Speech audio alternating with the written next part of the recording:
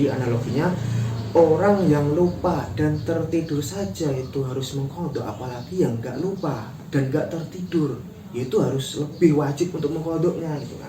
Sama seperti misalkan larangan memukul orang tua, itu kan nggak ada dalilnya dalam Al-Quran. Di hadis juga nggak ada.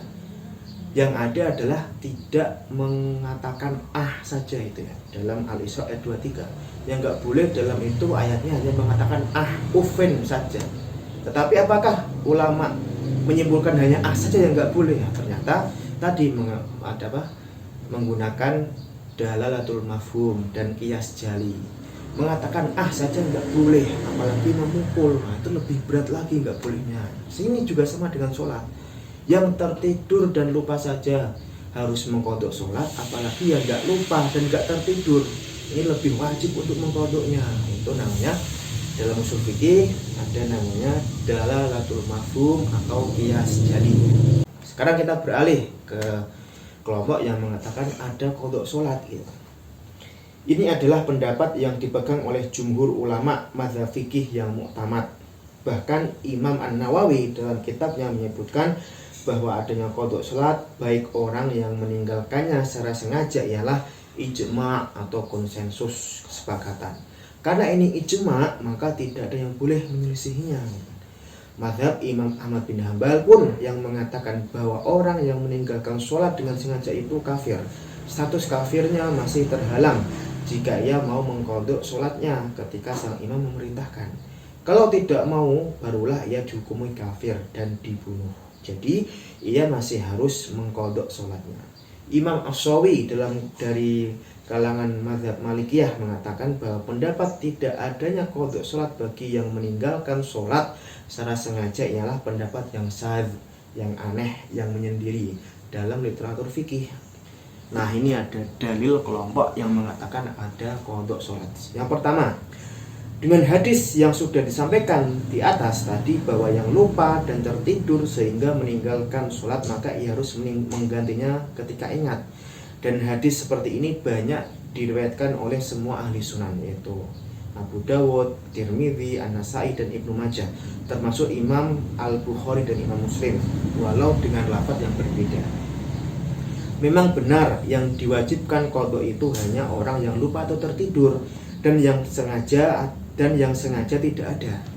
Tapi ingat bahwa dalam syariah ada namanya dalalatul mantuk dan ada dalalatul mafhum. Mantuk atau teksnya memang tidak disebutkan, tetapi mafhumnya yang dipahami dari konteksnya justru yang meninggalkan sholat dengan sengaja lebih wajib mengqadha. Ini yang disebut dengan qiyas jali. Kalau yang meninggalkan karena lupa dan tertidur saja harus mengqadha, padahal itu tak sengaja, apalagi yang meninggalkannya dengan sengaja, maka kewajiban qadha jauh lebih berat untuknya.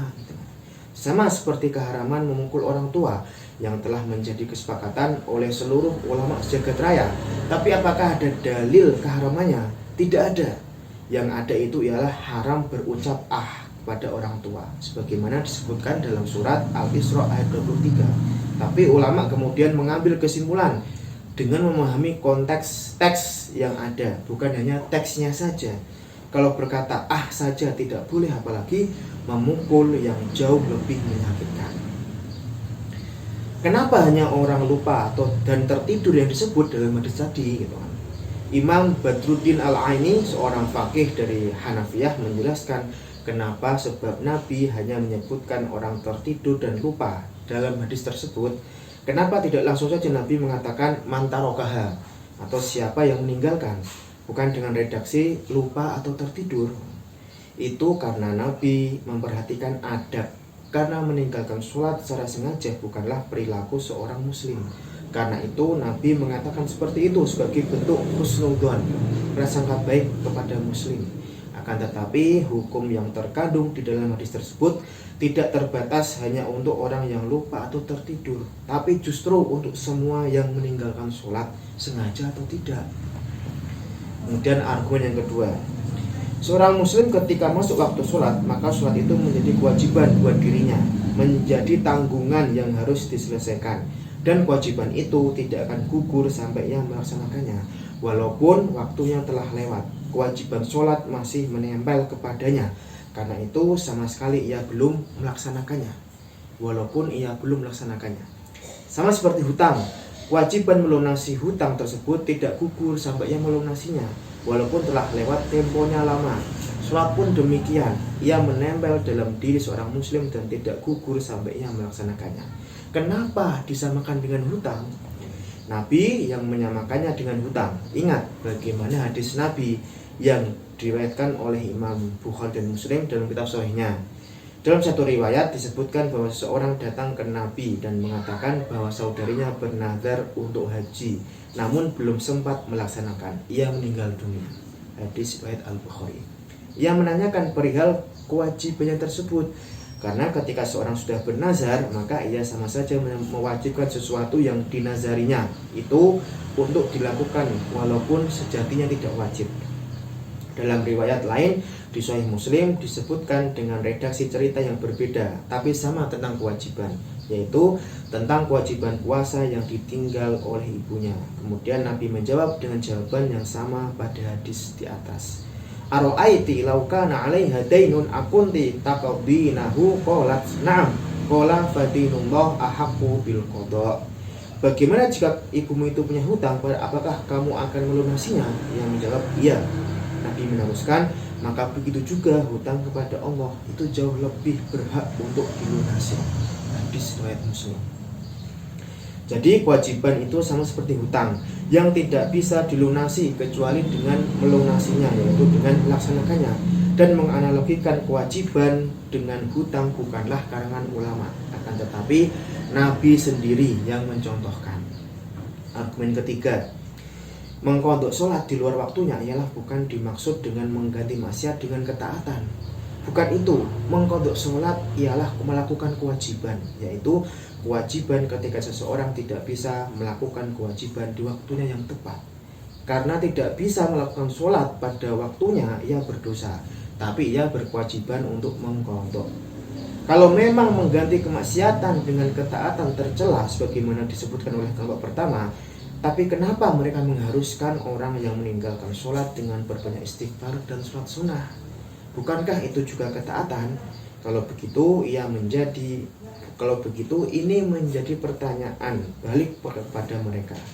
Kenapa mereka mengganti kemaksiatan atau meninggalkan sholat dengan istighfar yang merupakan sebuah ketaatan? Yang keempat, argumennya, Allah berfirman dalam surat Toha ayat 14, wa aqimis sholata li dzikri, dan dirikanlah sholat untuk mengingatku. Imam Al-Qurtubi, seorang ahli tafsir bermadzhab Malikiyah yang membahas tafsir dalam kitabnya dengan pendekatan hukum fikih ini, menjelaskan bahwa ayat ini secara jelas mewajibkan seseorang yang meninggalkan sholat secara sengaja untuk mengqadhanya. Karena ini perintah yang jelas untuk mengingat Allah. Maksudnya ialah mengingat Allah dengan sholat. Maka yang belum sholat belum mengingat Allah. Seorang muslim tidak dikatakan mengingat Allah sampai ia sholat. Karena itu sholat menjadi wajib walaupun sudah di luar waktu. Adapun pengkhususan orang yang tidur dan lupa sebagaimana dalam hadis, itu bukan pengkhususan kewajiban, akan tetapi itu khusus peniadaan dosa. Orang yang tertidur atau lupa, mereka tidak berdosa, akan tetapi tetap wajib qadha gitu. Dan yang meninggalkan sholat dengan sengaja, ia berdosa karena itu maksiat dan tetap wajib qadha. Bagaimana tidak? Toh yang lupa dan tertidur saja wajib qadha, apalagi yang sadar. Jadi begini lor, ini ada 4 argumen dari kelompok yang mewajibkan qadha sholat. Yang pertama, bahwasanya hadis tadi tentang orang yang lupa dan tertidur itu wajib untuk mengqadha sholat, itu ternyata dipahami oleh ulama yang mengatakan qadha sholat itu sebagai dalalatul mafhum. Jadi bukan teksnya saja, dipahami konteksnya gitu kan. Ada namanya qiyas jali dalam usul fikih ya. Jadi dipahami konteksnya, bukan hanya teksnya saja. Konteksnya seperti apa? Bahwasanya ternyata dalam hadis itu bukan hanya orang yang lupa dan tertidur saja yang harus mengqadha, tapi juga orang yang sengaja gitu kan. Sengaja meninggalkan sholat juga harus qadha.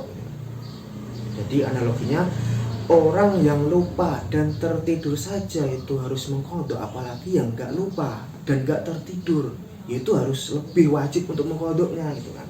Sama seperti misalkan larangan memukul orang tua, itu kan nggak ada dalilnya dalam Al-Quran. Di hadis juga nggak ada.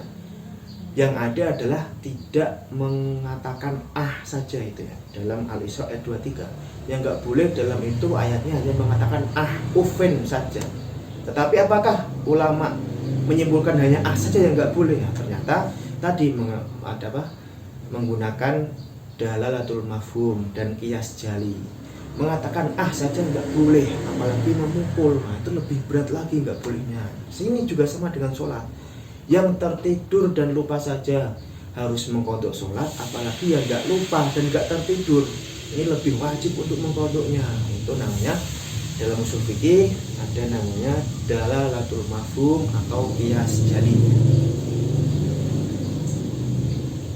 Nah, sini ada juga kenapa Rasulullah hanya menyebut orang yang lupa dan tertidur saja dalam hadis tersebut. Nah, ini Imam Badruddin Al-Aini menjelaskan, beliau seorang faqih dari kalangan Hanafiyah, menjelaskan kenapa Rasulullah hanya menyebut orang yang tertidur dan lupa saja. Kenapa nggak disebutkan orang yang meninggalkan sholat gitu kan, mantarokaha. Beliau menganalisis bahwasanya ternyata Nabi itu memperhatikan adab gitu kan, adabnya diperhatikan. Karena meninggalkan sholat dengan sengaja itu bukanlah perilaku seorang muslim. Jadi Rasulullah itu berhusnudon, berprasangka baik bahwasanya seorang muslim itu tidak akan pernah meninggalkan sholat gitu. Sehingga beliau dalam hadisnya hanya menyebutkan orang yang tertidur dan lupa, tidak menyebutkan orang yang meninggalkan sholat dengan sengaja, karena Nabi memperhatikan adab bahwasanya seorang muslim tidak akan pernah meninggalkan sholat. Ini bentuk adab husnudon Rasul dengan umatnya gitu. Itu loh penjelasannya.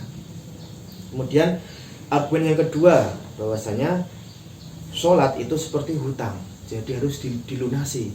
Hutang meskipun sudah jatuh tempo kok belum dibayar, tetap dibayar nanti kapan terserah, itu tetap dibayar. Hutang ya hutang gitu kan, meskipun sudah jatuh tempo kok belum bayar, berarti ada waktu yang lain untuk membayar. Begitu juga sholat, jadi meskipun sholat kok sudah di luar waktunya, ya harus dilaksanakan dengan diqadha tadi ya, dilaksanakan di luar waktunya. Itu analogi dengan seperti hutang. Jadi sholat seperti hutang, harus dilunasi kapanpun waktunya gitu kan. Pokoknya harus dilunasi karena ini sebagai hutang. Dan hutang kepada Allah itu lebih diutamakan daripada hutang kepada manusia. Haknya Allah gitu. Itu kenapa ada qadha sholat, karena diumpamakan seperti hutang ya. Kemudian yang ketiga, jadi mengqadha sholat di luar waktunya itu bukanlah sebuah kemaksiatan diganti dengan ketaatan, bukan. Itu bukan. Jadi meninggalkan sholat itu sebuah maksiat, tapi bukan berarti itu diganti dengan ketaatan, dengan qadha sholat, tidak.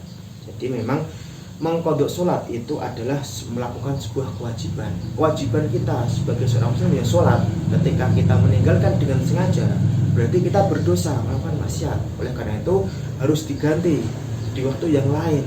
Itu namanya qadha sholat. Jadi analoginya bukan mengganti kemaksiatan dengan ketaatan, tetapi adalah melakukan sebuah kewajiban. Seorang muslim wajib untuk sholat. Kalau disengaja meninggalkan sholat ya harus diganti di lain hari, seperti itu. Kemudian ya, argumen yang keempat adalah bahwasanya sholat itu adalah untuk mengingat Allah. Aqimis sholata lidzikri. Jadi kalau sholat itu adalah untuk mengingat Allah. Jadi kalau ada yang meninggalkan sholat dengan sengaja, berarti harus mengganti di lain hari, karena itu untuk mengingat Allah. Jadi tidak harus diqadha di lain hari, karena sholat itu adalah untuk berzikir, untuk mengingat Allah. Jadi sekali lagi, menurut ulama yang ada kewajiban qadha sholat, bahwasanya hadis yang tertidur atau lupa itu adalah hadis untuk peniadaan dosa, khusus peniadaan dosa, bukan pengkhususan kewajiban. Jadi hadis tersebut dipahami bukan pengkhususan kewajiban, tapi khusus untuk peniadaan dosa. Orang yang tertidur dan lupa itu mereka tidak berdosa karena tadi ada ketidaksengajaan, tapi mereka tetap wajib qadha. Begitupun orang yang meninggalkan sholat dengan sengaja itu berdosa, maksiat, karena dia sengaja meninggalkan kewajiban, tetapi tetap ada gantinya, tetap wajib qadha. Jadi analoginya seperti ini. Kalau yang lupa dan tertidur saja harus wajib qadha, apalagi yang sadar, apalagi yang sengaja, apalagi yang nggak lupa dan nggak tertidur. Yang nggak sengaja saja ada qadhanya, apalagi yang tidak, apalagi yang sengaja gitu. Lebih wajib untuk mengqadha sholat gitu. Jadi hadis tadi itu dipahami bukan sebagai pengkhususan kewajiban, tetapi peniadaan dosa. Jadi yang tertidur lupa itu tidak sengaja, itu tidak berdosa, tapi tetap wajib qadha sholat. Apalagi yang sengaja melakukannya tidak sholat, nggak tidur, nggak lupa, itu malah lebih wajib lagi untuk mengqadha sholat. Itu ya lor, itu ada materi terkait dengan qadha sholat. Jadi ada dua kelompok, ada yang mengatakan tidak ada qadha sholat, ada yang mengatakan qadha sholat. Semuanya masing-masing ada argumennya. Silakan kalian pilih yang mana, terserah. Saya tidak tidak menggiring opini kepada siapapun. Terserah, ini saya sudah sampaikan semua argumen masing-masing kelompok yang mengatakan boleh atau tidak ada. Gitu ya lor. Silahkan kalau ada pendapat lain, komen di kolom komentar. Kalau konten ini dirasa bermanfaat, silahkan share seluas-luasnya. Nggak ada copyright. Jadi jangan lupa like, subscribe, komen, dan share kepada semua anggota grup WA dan seluruh teman-teman sekalian. Ya lor, terima kasih. Wassalamualaikum warahmatullahi wabarakatuh.